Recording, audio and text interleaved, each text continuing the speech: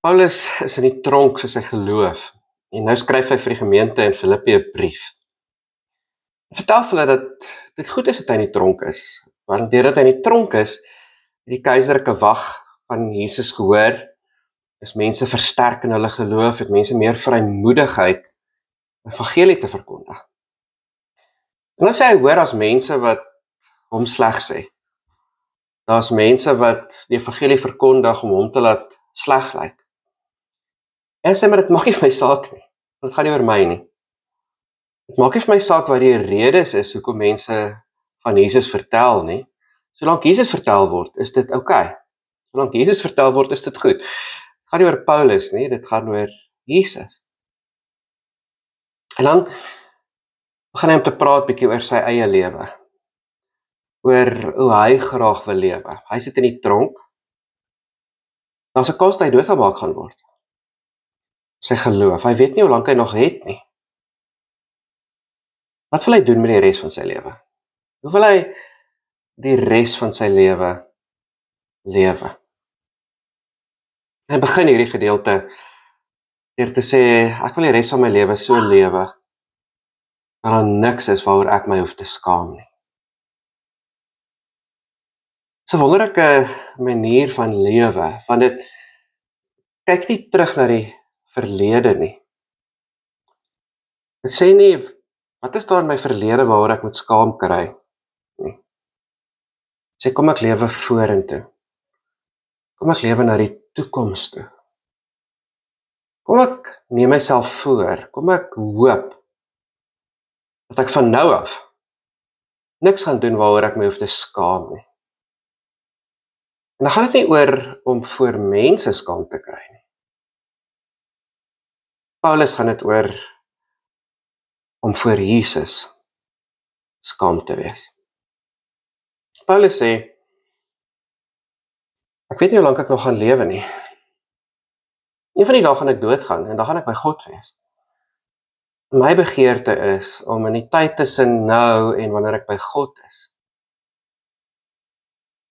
my oor niks te skaam nie.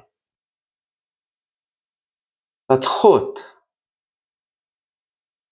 met my sal praat, vir my sal sê, weet jy wat? Goeie getroue slaaf. Jy het jou beste gedoen. Daar's niks waaroor jy hoef skaam te kry oor hoe jy geleef het nie.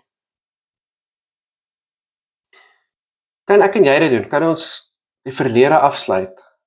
Dis versoen, dis vergewe. Kan ek en jy sê, ek wil vandag so lewe dat daar niks is waar ek my voor God hoef te skaam nie.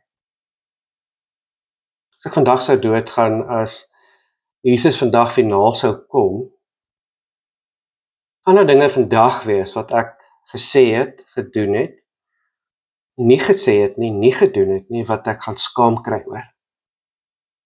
Dinge wat ek gedink het, wat ek gekyk het, wat ek gelees het, plekke waar ek gegaan het, kan ek myself vandag voorneem dat my verlange en my vurige verlange en my hoop is om vandag niks te doen waaroor ek my voor God sal hoef te skaam nie. Here God, dankie dat ons verlede vergewe is. Dankie dat U meer bekommerd is oor vandag. Dankie dat U my in 'n wêreld instuur om te lewe en te wys wie U is. Here, skep in my die brandende begeerte om niks te doen waarvoor ek my voor U hoef te skaam nie. Skep in my die begeerte, die lus, die ywer, die moed, die wysheid. Met alles wat ek sê en doen en waar ek gaan, waarmee ek besig is. So te doen, dat U op my sal trots wees. Dat ek nie daarvoor hoef skaam te wees nie. Amen.